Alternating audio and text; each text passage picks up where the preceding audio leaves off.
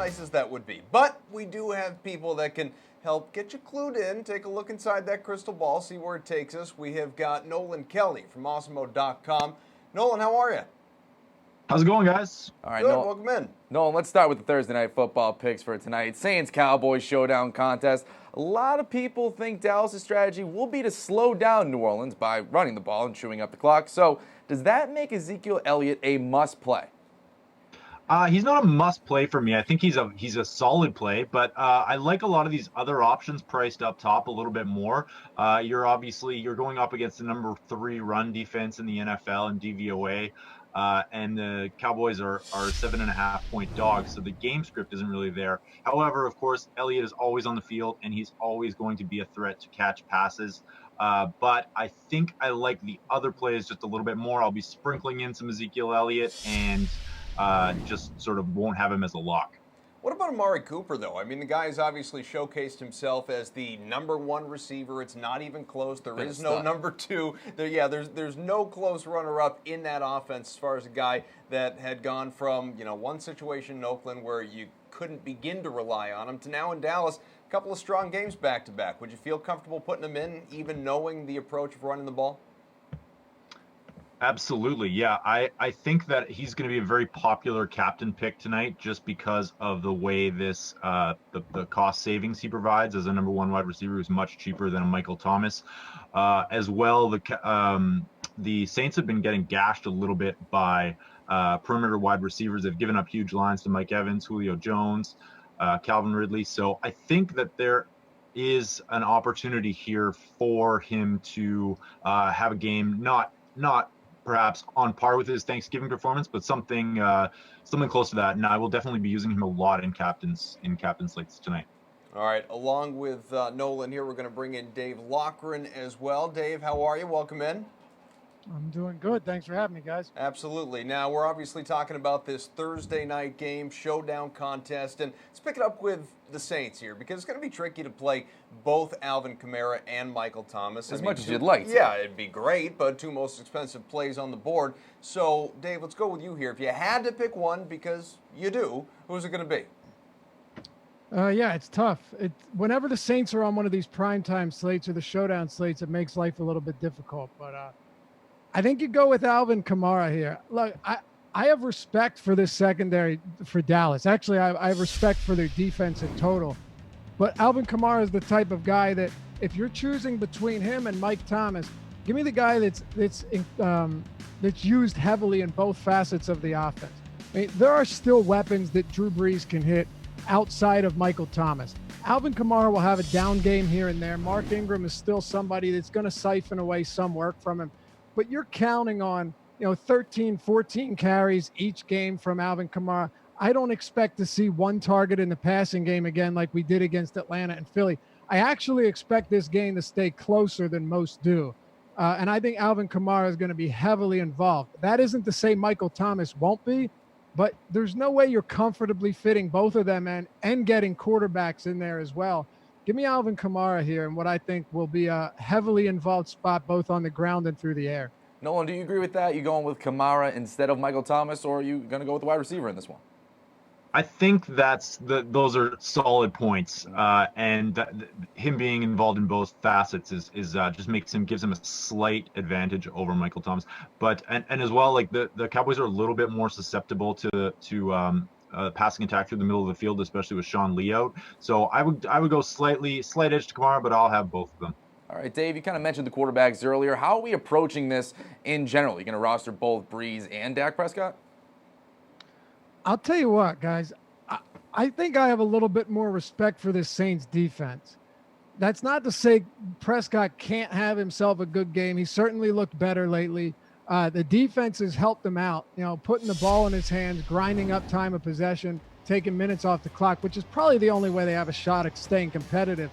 But this 51.5-point total on this game is not that high for a New Orleans Saint game, for a team that's averaging 600 points a game. I look at this and I see Dak Prescott potentially getting in a bit of trouble. I know that the Saints have struggled on the outside. There's no question. But just as we saw last year, they got off to a really slow start. They got decimated in the passing game, particularly on the perimeter, everywhere. Run game as well last year. This year they've been very stout.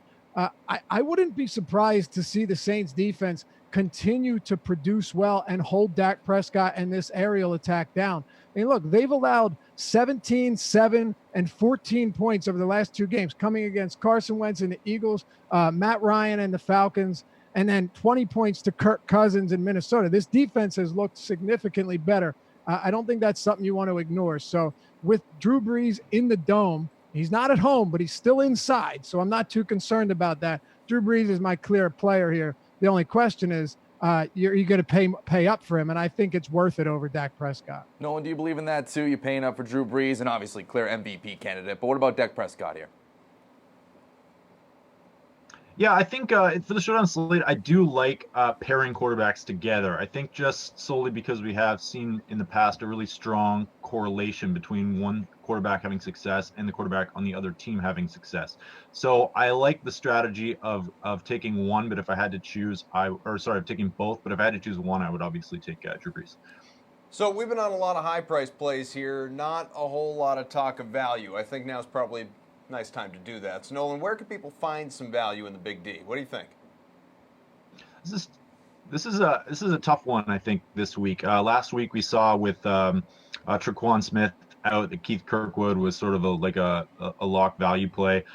So on the Saints side, I think Tommy Lee Lewis is not bad for a flyer. He's $1,200. Looks like Tre'Quan's going to go. Him and Kirkwood both saw 50% of the offensive snaps last week, and I would guess that number will obviously go down. So I think you have to take flyers on guys like this if you're going to get some of the big boys into your lineup.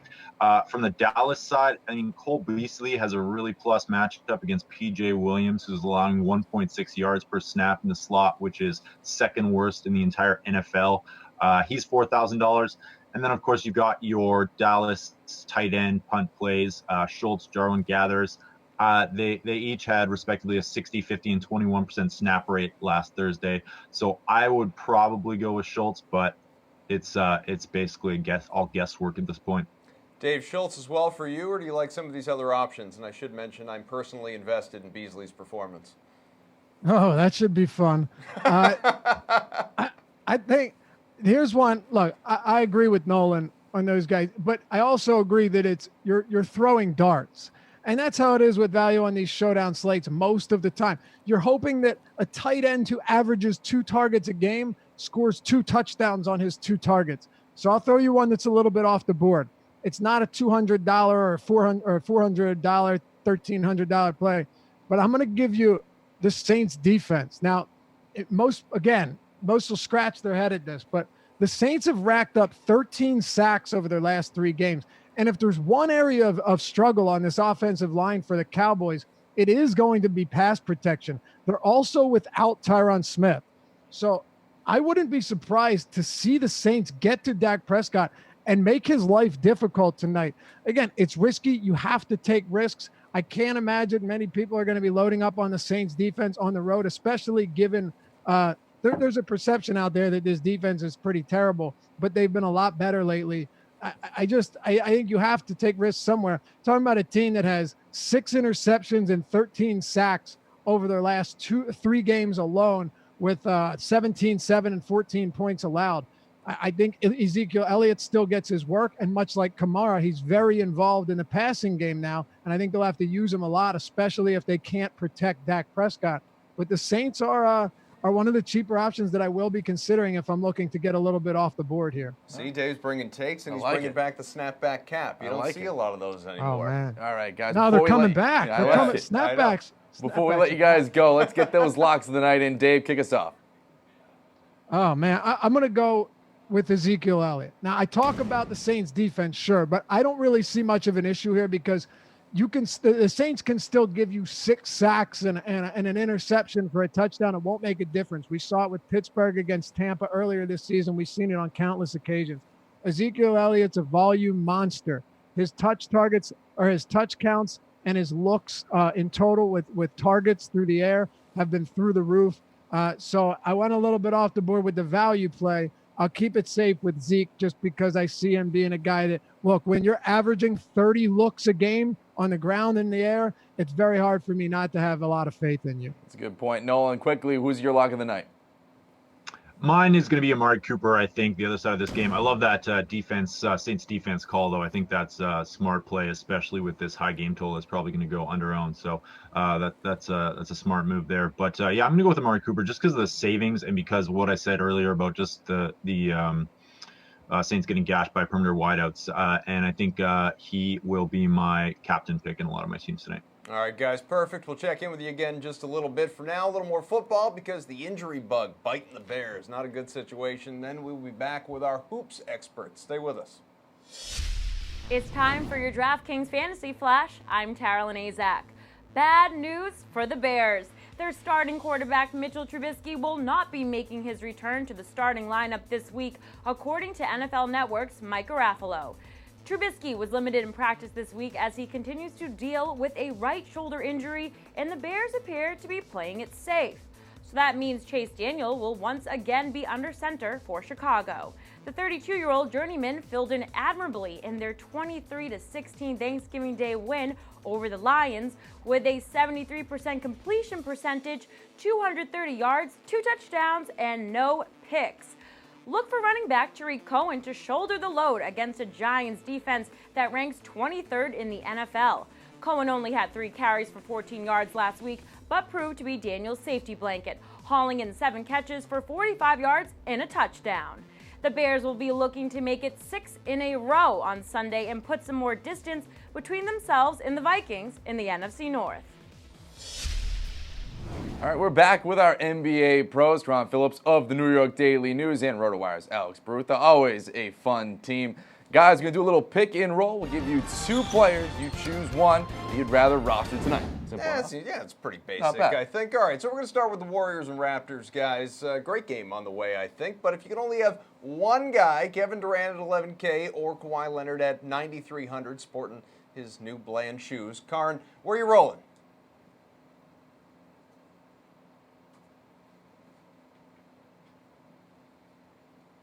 Karn, hang on. We're going to find your audio, which is a shame because we couldn't hear that big laugh of yours. I think we got you now. Oh, yeah. I'm still laughing at this Kawhi Leonard deal. It just makes no sense to me. Like, who knew New Balance made basketball shoes? Couple of big clients, him and Gordon Hayward. Yeah, wow. But I'm going with KD here. The guy's been on fire lately. We don't expect him to that fire for him not to be in fuego anytime soon with Steph still out and, Draymond still dinged up. And when you look at that team, he's the only one that can go get his own shot. We know that guy is a walking bucket getter. So, wow, Kawhi Leonard is right there having a monster season, and he is a little cheaper. I'm not betting against Kevin Durant in the streak he's been on lately. All right, so what KD's been doing, Alex? You like him, or are you going to save a little cash?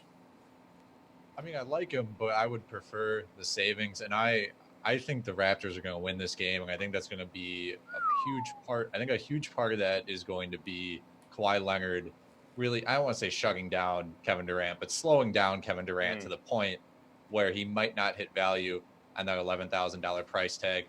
We know Kevin Durant has like 70, 80 DraftKings point upside, but just I think the savings helps a lot, especially in tournaments.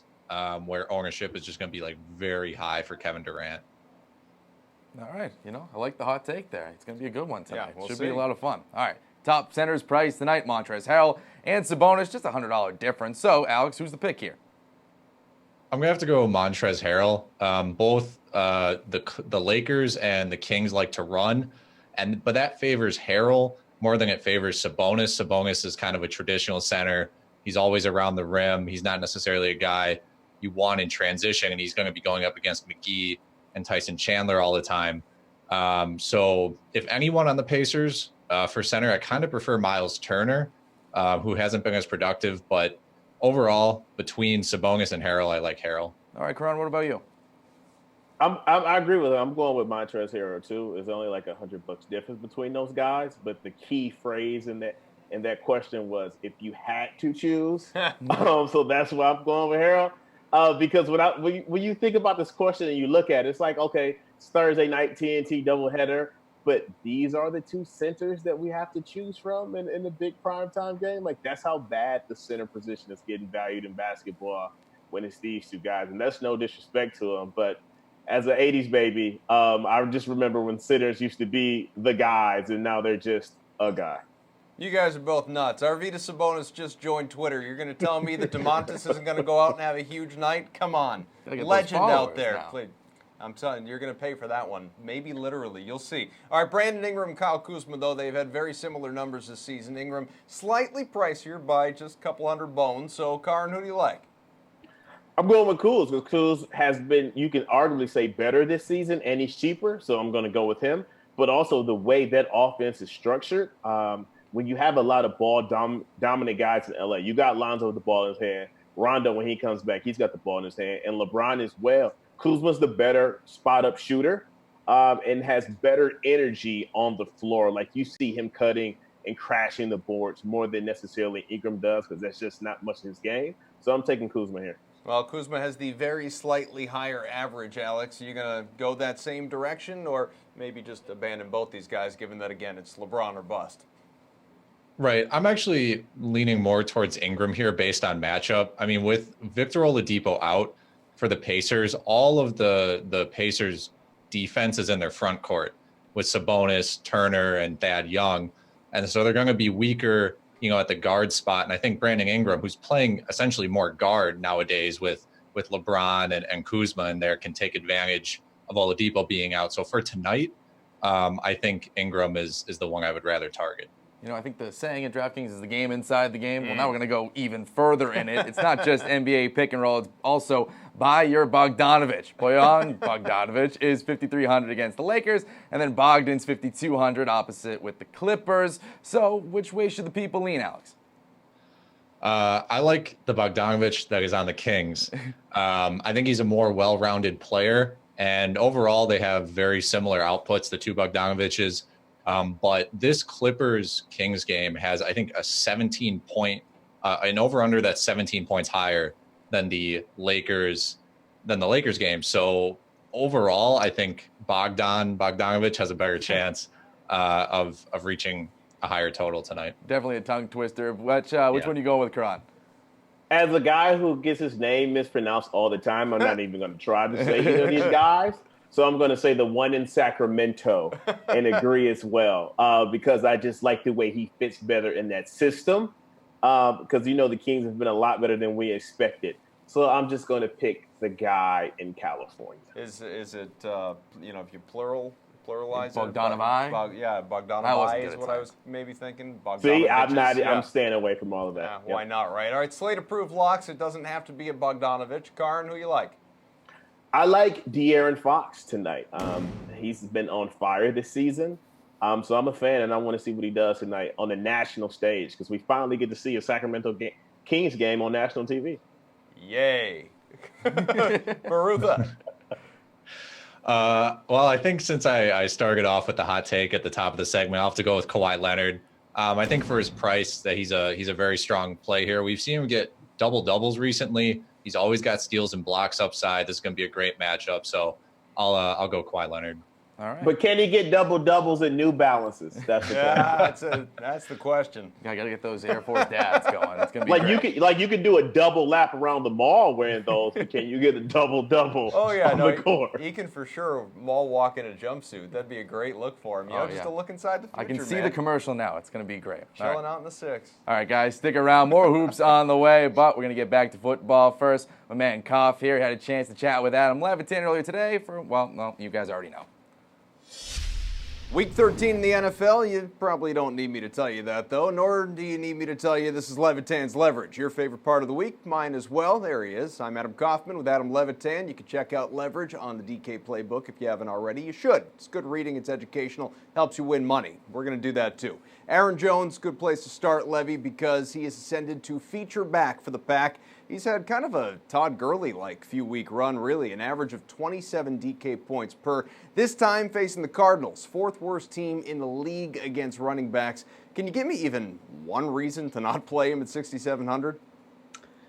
Yeah, I think there's always opportunity cost at the running back position, right? When you play one, there's so many good ones every week, like we saw last week with Christian McCaffrey. If you happen to play 3 other good ones, well, you missed on Christian McCaffrey. But really, that would be the only case against Aaron Jones, especially because the game plan this week should be so clear for the Packers with Patrick Peterson on Devontae Adams, with Randall Cobb banged up, with Jimmy Graham banged up. The game plan should be simply to run at the Cardinals, and that's what everybody has done against them. They faced the most rushing attempts in the entire league. So with Aaron Jones getting to the top of this running back room very easily and clearly now, I think he's very underpriced at 6,700. Well, Cam Newton, 6,600. His Panthers in Tampa versus the 4th worst club defending QBs. Bucks allowing 23 points per to the position. Newton has hit at least that mark the last couple of weeks, 7 times, in fact, this year. So you expect he'll do it again? Yeah, I mean, Cam Newton is just such a safe play. We have the rushing equity, we have the touchdown equity, and we even have yardage equity, especially when it comes against this Bucks team, which just has not been able to stop anybody through the air all season. Also have a lot of really explosive weapons at Cam Newton's disposal. Curtis Samuel is playing a lot more. Christian McCaffrey, obviously. Devin Funchess should be back this week. He also has Torrey Smith, Greg Olsen, et cetera, et cetera. So just a really good offense and a really good game environment. It would be really hard for Cam Newton to fail here. One more for you. Kenny Golladay and the Lions. They'll host the Rams. Golladay, 6,700. He's rested since he hasn't played since Thanksgiving. And he's also earned double-digit points the last few weeks. Plus, Rams basically involved in shootouts every week the last month, save for their bye week. So should be some numbers in this one again, huh? Yeah, and I think the best way to go at the Rams is to try to get big plays in the pass game. Do it against Sam Shields. Do it against Marcus Peters. And Kenny Golladay can certainly produce that. And whereas in the past, his targets have kind of been all over the place, now they've been solidified thanks to the Golden Tate trade, thanks to Marvin Jones being out for the season with a knee injury. So Matthew Stafford does not have a lot of other places to go. Bruce Ellington, Theo Riddick are really underwhelming underneath options. The place to make big plays is with Kenny Golladay, and I think he'll do that a bunch. Maybe in garbage time, maybe in regular time. We'll see. But either way, I think Kenny Golladay has a pretty good game. All right, pal. You can unpack and wrap all those holiday presents. It's about time. Almost time to get rid of them. We're getting closer. All right, good luck. Check out Levitan's leverage on the DK playbook. Thanks, buddy. Okay, Levy, thank you. Thank you, me. Other people really, thank you. Yeah, everybody involved. Other people really, truly here, actually now live and in the flesh. Dave Loughran and Nolan Kelly, both from Osmo.com. It's good to see them again. We're going to dive into today's top headlines across the NFL, guys. Aaron Rodgers said he thinks it may be time for the Packers to start taking more chances and hang it all out there over the last 5 games. And this is coming from a guy who dated Olivia Munn, so figure that out. Fellas, are you any more inclined to play Rodgers or Devontae Adams this week? Dave, let's start with you. Yeah, they should be more inclined to get rid of Mike McCarthy. That's a good point. Then they won't have to be more inclined to do anything. Look, first it was let's be more inclined to give Aaron Jones work. I think Mike McCarthy was the only person that watches professional football that didn't see that this guy was far more talented than Jamal Williams and Ty Montgomery, but that didn't matter. And now you've got Aaron Rodgers advocating for them to hang it all out there. What have they been doing the whole time? Well, I don't understand it. I get that he's trying to get everyone on the right page, but what have they been doing for the first 12 weeks of the season? To me, that's not enough for me to buy into it. The quarterback position's deep enough. If anything, it's Devontae Adams, because Rodgers can have a bad game and Adams still gets his week after week after week. Nolan? Well, I got to pick one, eh? I think, like, in all honesty, I'd probably go with Aaron Jones in this game, but me too. It's a tough call because Devontae Adams is probably going to be shadowed by Patrick Peterson. He's allowing a stingy 0.21 fantasy points per route run. 14-point home favorites. I'm expecting them to run the ball a lot. Arizona markedly worse against wide receivers 2, 3, and tight ends. So I would probably look I would take Aaron Rodgers and then I would stack him with one of the other Green Bay receivers, depending on what's going on with their injuries. Well, we just talked about it too with Adam Levitan during leverage. I mean, Jones is on an absurd run right now. He's got 27 points per over his last few games. For some reason, Mike McCarthy will just somehow screw it up. But that's just the way it goes. All right, guys, Lamar Jackson experience, it may be coming to an end in Baltimore now that Joe Flacco is back practicing. So, Dave, how do you look at Flacco maybe starting, and how does that impact the rest of the offense here? Well, we could start by exhuming John Brown from the grave, because if Lamar Jackson's out there, John Brown's getting nothing. Nothing. Now, that's not to say that John Brown's going to be highly effective with Joe Flacco at the helm, but I can assure you he'll be better than 2 receptions on 8 targets and virtually nothing more than 20 yards downfield for Lamar Jackson. So they're just looking to basically bludgeon other teams with the run game. Run it 100 times on the ground, doesn't matter. They face some inferior opponents over the past couple of weeks. You get Joe Flacco back. It's a good matchup. I mean, I still don't know his status, but if he comes back, you're going to see a little bit more of an aerial attack. But I think it actually depends more on Gus Edwards. You know, if Gus Edwards is perfectly healthy and he's getting the work, they might not need to throw. They might be able to lean on the ground because Alex Collins is as ineffective as a running back as you can find. All right, Nolan, how do we feel about this if Flacco is in there? Does that make any of the wide receivers rosterable? I think so. I think I would prefer this game a little more maybe in a sneaky game stack situation because they're obviously not going to be owned. I mean, with Lamar Jackson, they aren't viable at all. I think Brown had 7 targets and caught 1 pass. So, I will have 0 ownership if it's Jackson in there. One of the interesting things though is if Arizona has been giving up a lot of rushing yards to quarterbacks. So if he is in there, it's not the worst play in the world. I think you could still see one of those days where he eclipses that 100 yards and gets the bonus. But Flacco, contrarian play for me. Not all that excited about it. NFL Network reporter Chase Daniel is going to start for the Bears this week against the Giants, guys. Nolan, can you justify the play at 4,800? It's not a lot, but then again, it's Chase Daniel. Right? It's a little bit pricey for me. I don't think it's necessarily a bad play. The Giants have given up the 7th least amount of points to quarterbacks this season. For me, I'm just going to be looking elsewhere. I think I'd rather pay up for a Matt Ryan or even just go up $1,200. I know that's not the same ballpark, but I'd probably just rather pay up $1,200 for Jameis Winston and then just go elsewhere. But that being said, GPPs, large GPPs, he's going to be 1% owned, so it's not the worst play in the world. Dave, Daniel did have about 20 fantasy points his last time out. Yeah, I think my issue is the last couple of years on DraftKings, what we saw was very steep-tiered pricing at quarterback. But now you've seen it flatten out a lot. Outside of Patrick Mahomes, who is really expensive, you've got a bunch of guys that are just very underpriced for the position. And we've seen this flat quarterback pricing all year long.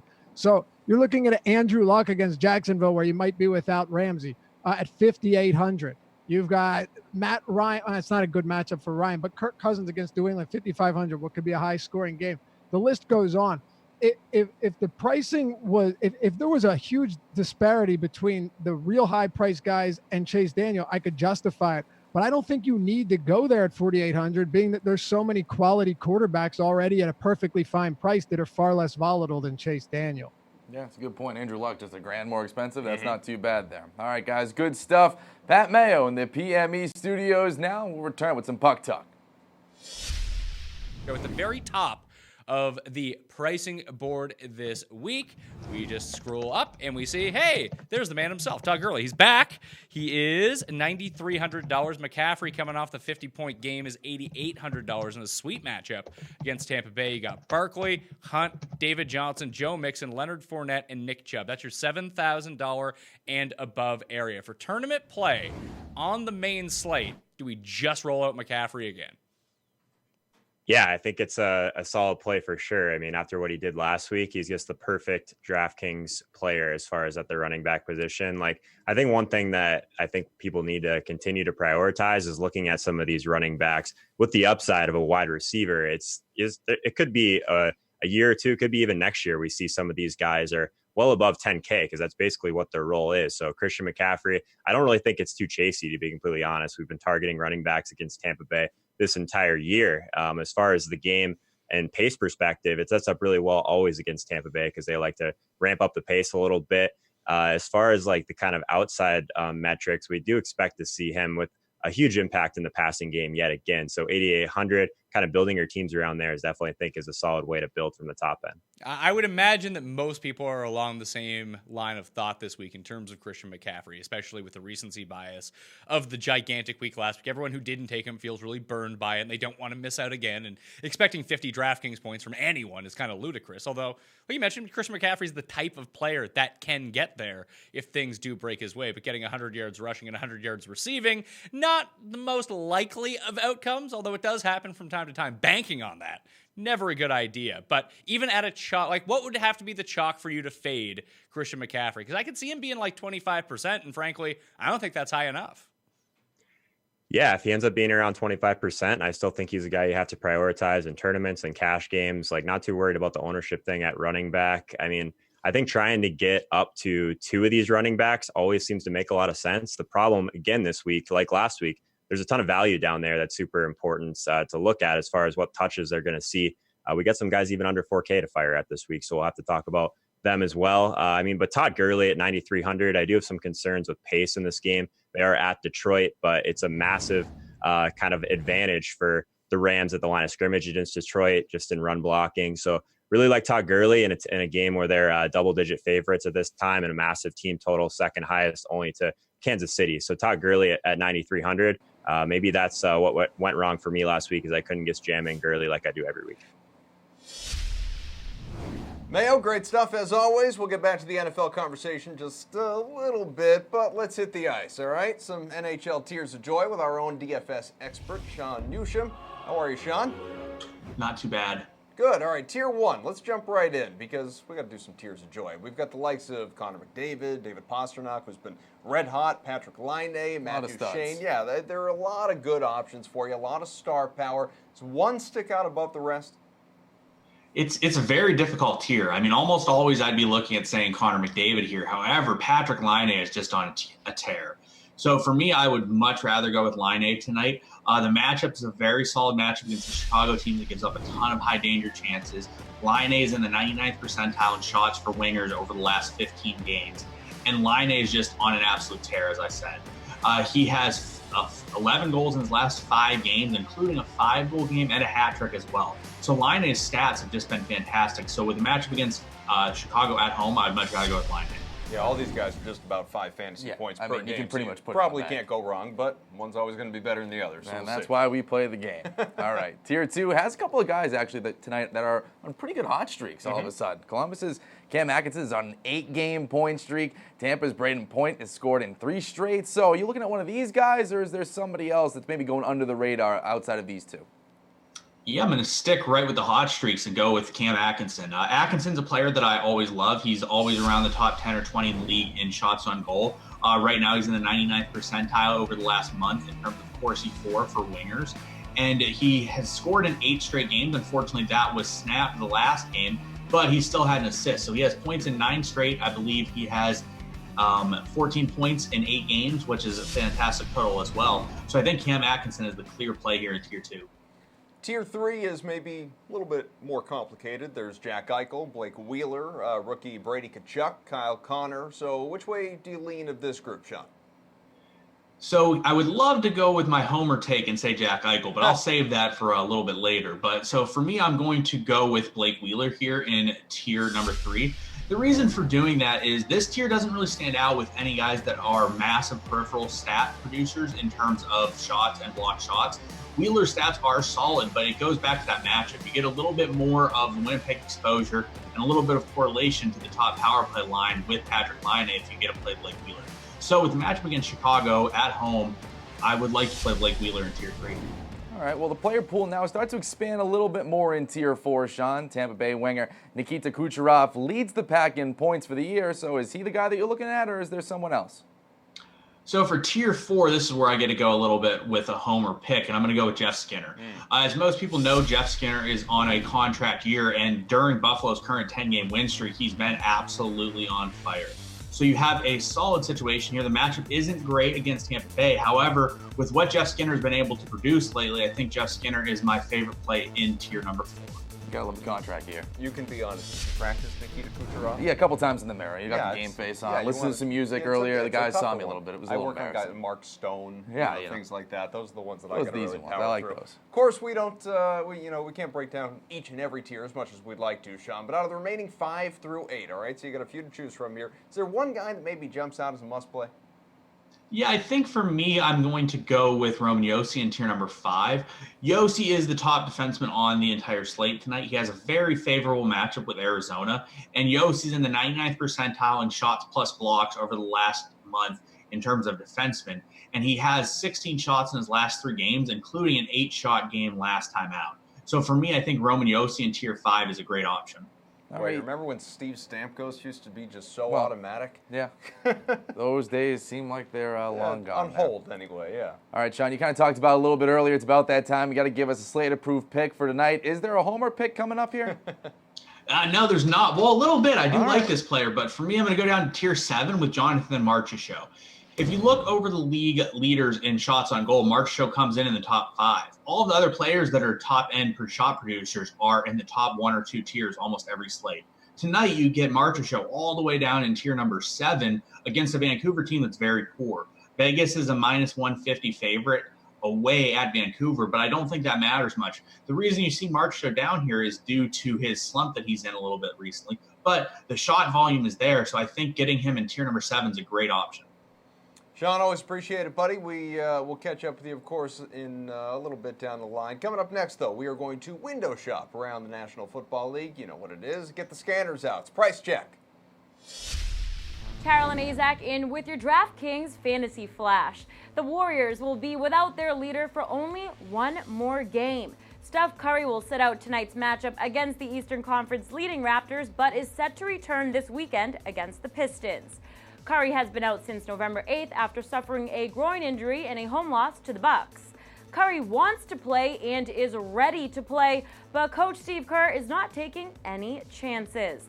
The Warriors want to be cautious with him, and their focus is on winning a championship, not a regular season game in November.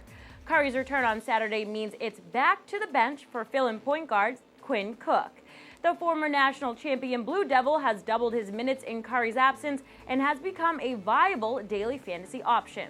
If you're looking to save at point guard tonight, you can roster Cook for $4,800 against the Raptors in what will likely be the last time he is fantasy relevant this season. All right, Koff, you know it's the holiday season, right? Everybody's looking around trying to get the deal. Yeah, no, trust me, we have to do a lot of shopping. Some DK ugly sweaters, maybe. Thing is, though, DraftKings, we shop around. We do that all year round. We're trying to find the right price and all that stuff. So we're talking NFL Price Check here as we welcome back our NFL experts here, Dave Loughran and Nolan Kelly of Awesemo.com. Guys, we're going to take a look at a few situations around the league, and you tell us if these studs are priced correctly or not. Pretty simple. So let's start with Cincy's Joe Mixon. He's probably going to carry much larger load now that Andy Dalton is out. He's $7,300 against the Broncos. Nolan, do you like him at that price? No, I'm not in on Mixon. I'm not going to overthink running back too much this week. There are just so many great plays up near the top, as well as Aaron Jones at 6,700.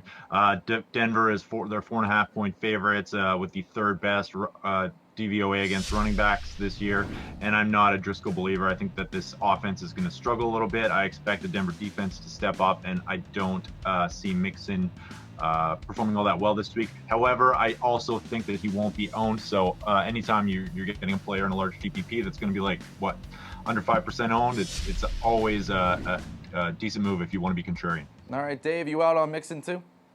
I am. I'm a big believer in Mixon going forward, but I don't think it's necessary this week for a couple of reasons. First is the Bengals' offensive line's getting carved up with injuries, and Fisher went down is another one, not having the best season, but you still have to replace him with someone that's inferior to him. So that speaks volumes. They're beat up on the offensive line. As Nolan mentioned, Driscoll's not exactly a guy you have faith in. You look at this Broncos run defense. They allowed 735 rushing yards between weeks 4 and 6, 3 games. Since then, they've allowed 386 rushing yards over the last 5 games. And those came against James Conner, Melvin Gordon, Lamar Miller, Kareem Hunt, and David Johnson. So not exactly a terrible cast there. I think he's going to struggle. I think Mixon struggles, and I think the offense struggles even with AJ Green back in action. Yeah, you talked about the offense struggling there, Dave. How do we feel about the quarterback change now? Andy Dalton's not going to be around. So how do we view AJ Green and Tyler Boyd and those guys? You just downgrade everybody. I think you wait till the salaries come down to reflect what we should expect their production to be with Driscoll at the helm. I mean, look, Boyd has been very solid this season. There's no question we're getting excellent production from him. He's 6,100, AJ Green 7,400. These aren't terrible price points, but it's still not a bad defense you're going up against. It's a pass rush that I think is going to wreak havoc on Driscoll. This whole offense should struggle, and I think it will start with not protecting the quarterback, which is going to trickle down to not being able to get the ball out, particularly downfield. So, Nolan, you with that? Just wait till the prices go down?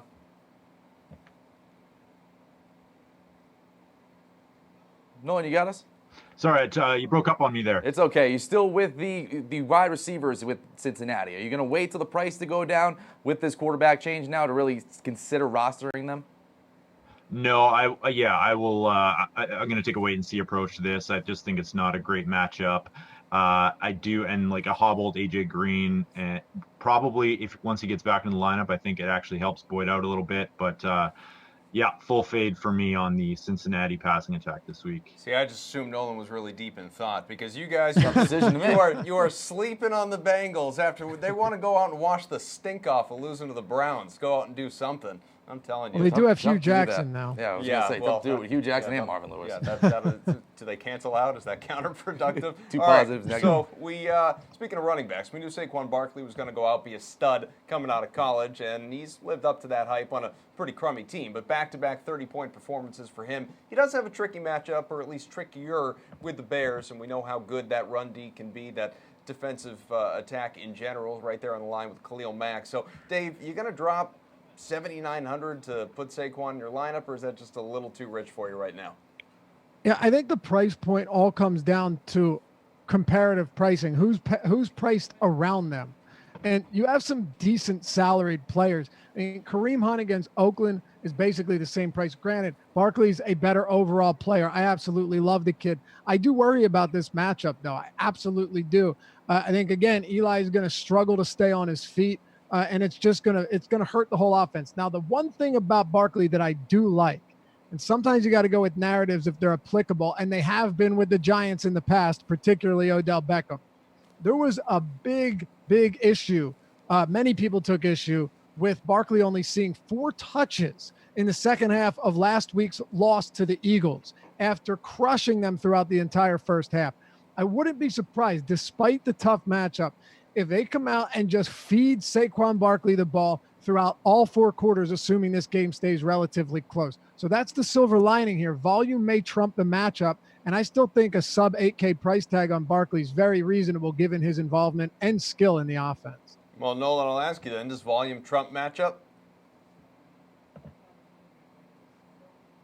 Yeah, I think it does here. I think what we're getting a $1,200 discount on the price. We're going to get an ownership discount as well. He was owned 30+% last week, and I could see a path towards him having success in this offense. Just if on the off chance, that Bears defensive line is obviously one of the best in the league.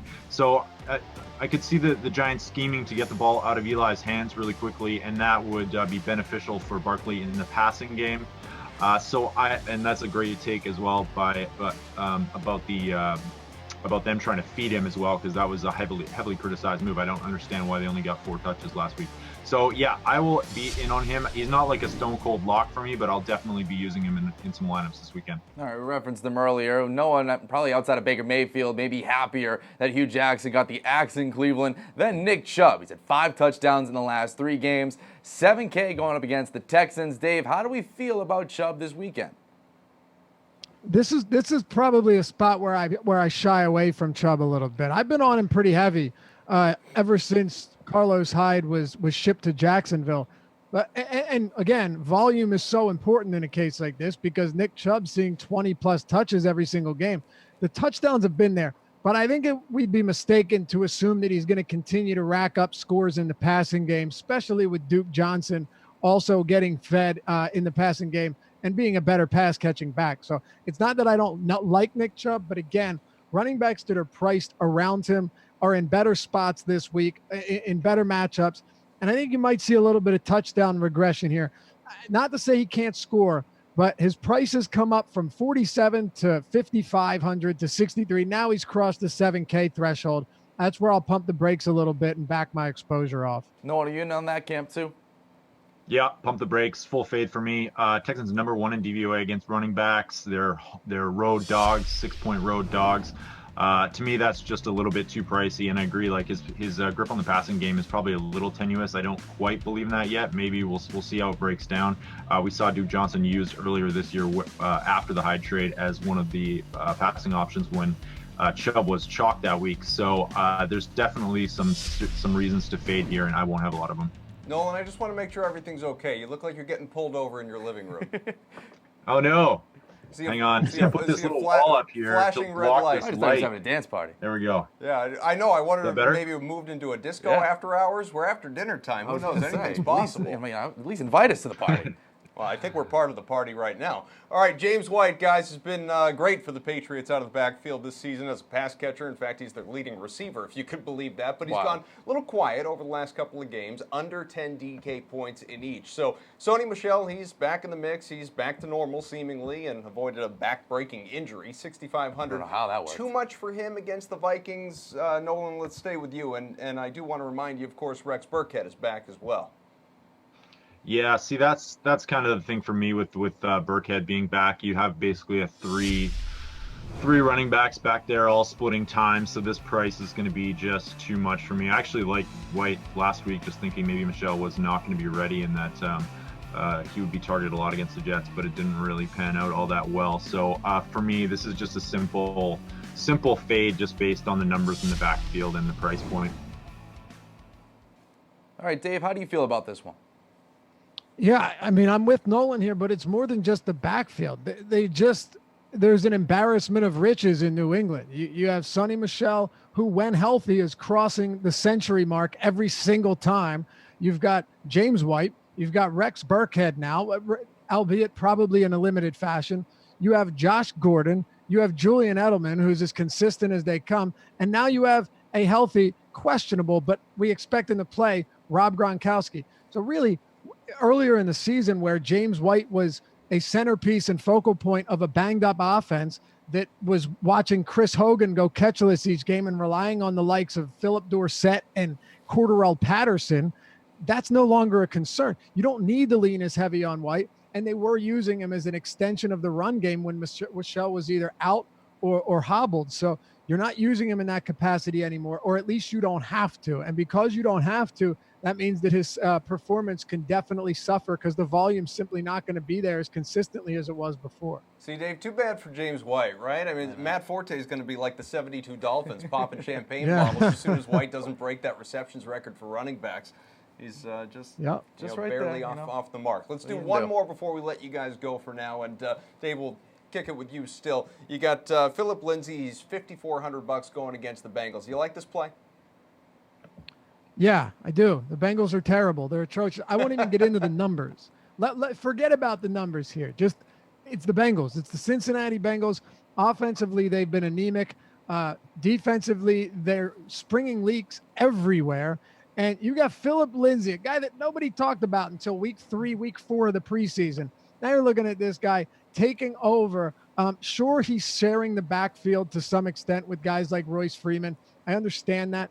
But he's the number one guy here. He's easily been the most impactful and effective back on this team. And outside of last week, you're still getting 3-5 targets in the passing game.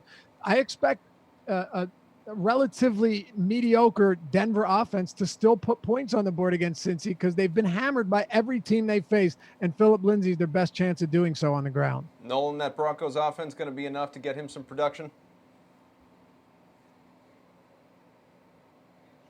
Yeah, it's a pretty good price point as well, and obviously positive game script.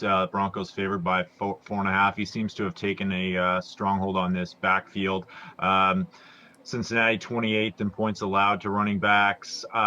Lindsey wasn't targeted last game, but I wouldn't expect that trend to continue. He's usually targeted somewhere in the 3 to 5 range. So I like this play a lot. I think it's good value for the money, and I expect Denver to rely on him heavily and just sort of win this game handily. Yeah, Philip Lindsay, one of the great stories this season in the NFL, basically out of nowhere. It's almost like this year's Adam Thielen almost. It's crazy. Well, it's what? That might be a little bit what? of a stretch. I still think that's pretty good. All right, yeah, Coming out of nowhere. That's how that whole thing goes. Sure, yeah. Again, he's not racking up 100 yards a game, but yeah, whatever. All right, guys. Superhuman. Thanks That's a bunch. We're going to go superhuman fight game. during the break. Coming up next, Thanks, we'll guys. chase fade with our NBA experts. But first, Pat Mayo puts a bow on the NFL talk with his Buffalo Wild Wings Thursday Hot Picks.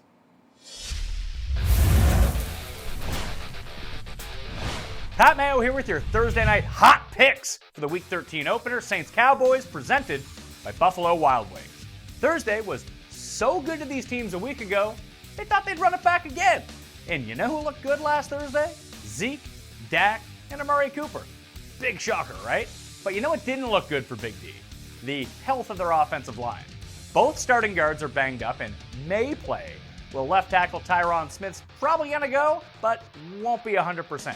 This, plus the Saints' propensity for dropping 40 points a game, is not great news for the running game. I'm not saying don't play Zeke, but for your DraftKings captain spot, Dak Prescott is the play. He's posted over 20 DK points in 4 of his past 6, never dropping below 14.5 points in any game in that time, because he has a built-in floor with his legs. He's not going to rush for a TD every week, but he has in 3 straight and 5 of his past 6. He's a legit part of Dallas's goal line offense. Plus, if New Orleans jumps out to a lead, Dak may cross 40 pass attempts for the first time this year. From the Saints side, pick your poison. Byron Jones is going to shut someone down, and Sean Payton's too crafty to sacrifice Michael Thomas without a fight. It's strange calling Thomas risky, but in a bad matchup, knowing Drew Brees can exploit the field elsewhere, there's a chance we get a repeat performance from Thomas a week ago. A chance. But there's also a chance he goes full Michael Thomas.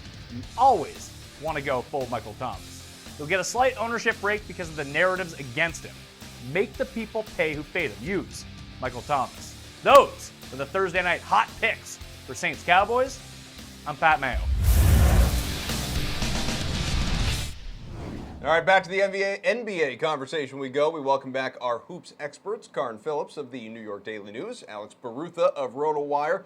You guys, I love seeing you. Fellas, the name of this game, Chase Fade. We're going to go through some of the more interesting spreads in the association. You give us your 2 cents. See, we're throwing in the numbers already. Yeah, exactly. All right, first up, Warriors, 9-point dogs, heading up north to Toronto to take on the Raptors. Where to consider Golden State dogs, but do they fall tonight? Chase or fade this? Oh, is this to me? Yeah, let's do it. You, sir. Oh, because they're definitely losing by double digits. Oh, listen to this guy. This is definitely going to happen. Hot and take. it doesn't have anything to do with Steph or Draymond and things being out, because this is the Toronto Raptors. This is a regular season game. Drake is probably going to be there. And this is what I know about the Toronto Raptors. They are really, really good in games that do not matter. Tonight will not matter in another month or so. But when the playoffs come around and everyone's watching on TV, they're not a really good team. So anytime the Raptors are in a big game that doesn't matter or mean anything, always take the Raptors. In fairness, Karn, I don't disagree with you. Fundamentally, I agree with your point. But in fairness, all we know is they can't beat LeBron. Maybe they could beat somebody else. That's a good point. Who have they beat that's mattered ever? Thank you. Yeah, keep waiting. Yep. No, it was good. I wanted to let you have that for impact. Exactly. Dramatic impact. Go on. Alex, do you feel the same way on this one? I feel the exact same way. Yeah, I would be surprised if this is a single-digit game. And yeah, I mean, we know Curry and Draymond are out, but I think people might still have this Golden State Warriors blowout over Portland in their minds from the other day. But then after that, they went on to beat Sacramento and Orlando by a combined 7 points. Like, what is that? So, yeah, I think this is a huge opportunity for Toronto. I would not be surprised if this was a blowout in their favor. Well, guys, the team that everyone expected to be atop the Western Conference right now, about a quarter of the way through the year, obviously obviously, the Clippers. Yeah. All right, taking on the Kings in Sacramento, only 3-point favorites, Doc Rivers Club. I mean, look, give them credit. They've done a great job with what they've had. It won't last, but this is fun for now for them. So chase or fade, they cover, Alex. This line is like kind of shocking to me. I assume the Clippers are going to win by more than 2. I mean, based on their margin of victory and strength of schedule, they're playing like the 5th best team in the league. And I know they're overperforming, but that's still, I mean, that's a lot to take into account, especially when you consider the Kings are playing like the 20th best team in the league when you strength of schedule, margin of victory, all that.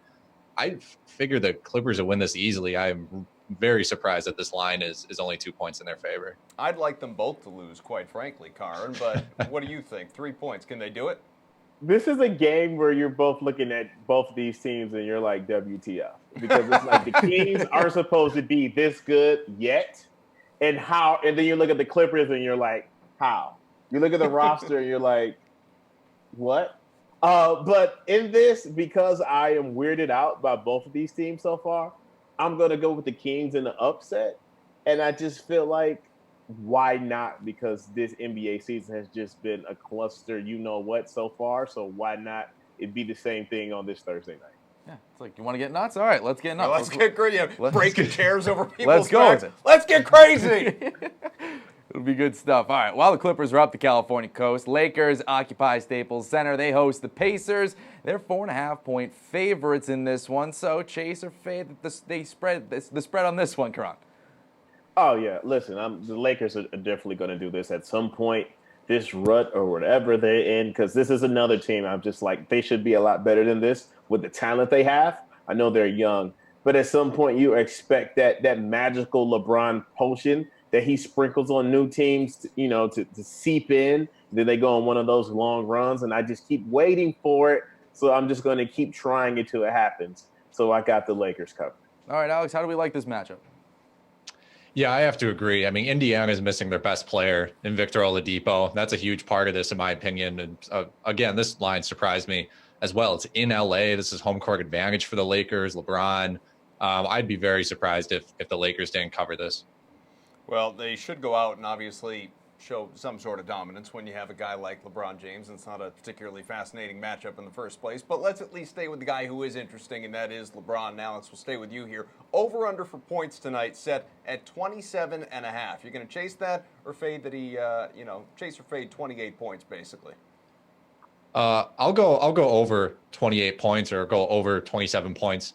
Whatever the exact question was, because I think this is a great opportunity for him. Like I just mentioned, Oladipo's out.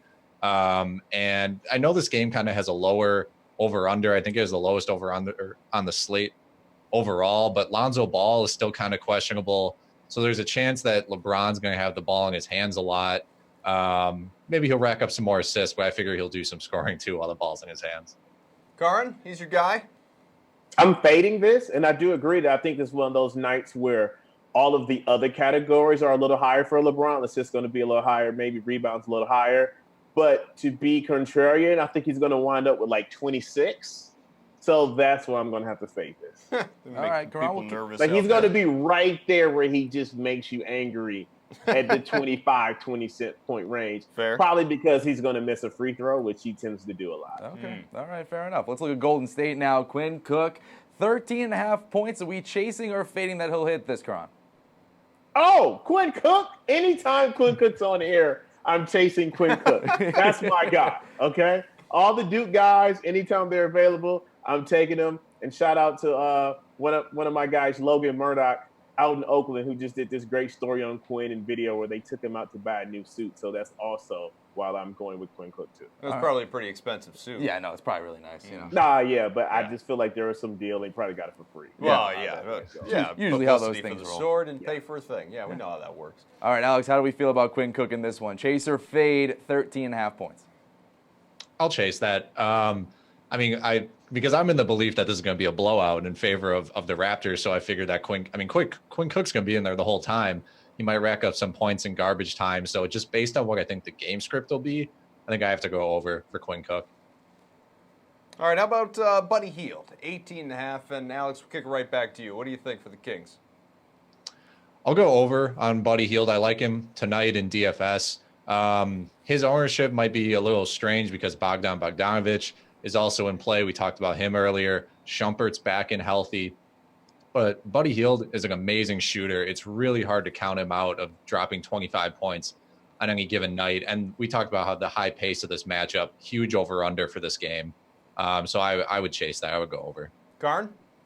I'm going to fade it. While I think De'Aaron Fox is going to have a great night, something about the young bigs of the Kings I've always been a fan of, and hoping that they get a lot more playing time. I think that will be what stems the Kings over as I picked them tonight. So look for big nights out of Marvin Bagley and Willie Cauley-Stein on the boards, and Harry Giles, since it seems like they're finally letting him loose and letting him go off, which may put a dent in Buddy's numbers, but not too bad. He'll probably be around 14, 15. All right, Karn, we got to cut you there because 18. we're about out of time. Appreciate the both of you. Tune in to The Sweat tomorrow, 6 Eastern. It's a Francesa Friday. You do not want to miss it. Bye-bye.